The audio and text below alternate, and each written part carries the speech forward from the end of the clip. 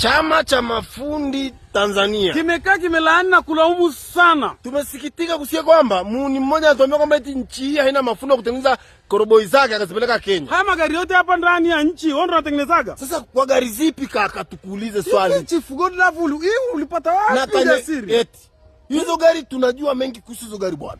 Bwana hizo gari zimeoza bwana. Gari zimeoza mzee. Kwa chini zimenona chumvi. Tufungue siti watu wajionee kutu. Kutu ile yani rust ile kigongo na ile gari tetanus. Kwanza gari mvua ikinyesha zinaingiza maji. Uongo zinavuja sana. Na wiper zina ushirikiano. Wiper zinakinzana, moja kulia moja kushoto, mara ziende pamoja. Yaani tiketa inapiga hivi. Yaani utafikiria mtu anakonyeza. Hicho gari cha mbele hapo umefunga injini ya Corolla. Alafu hicho gari cha njano hicho, hicho ndio hakina kabisa end brake. Kivigari vibaya sana. Unasimamisha gari unaweka jiwe.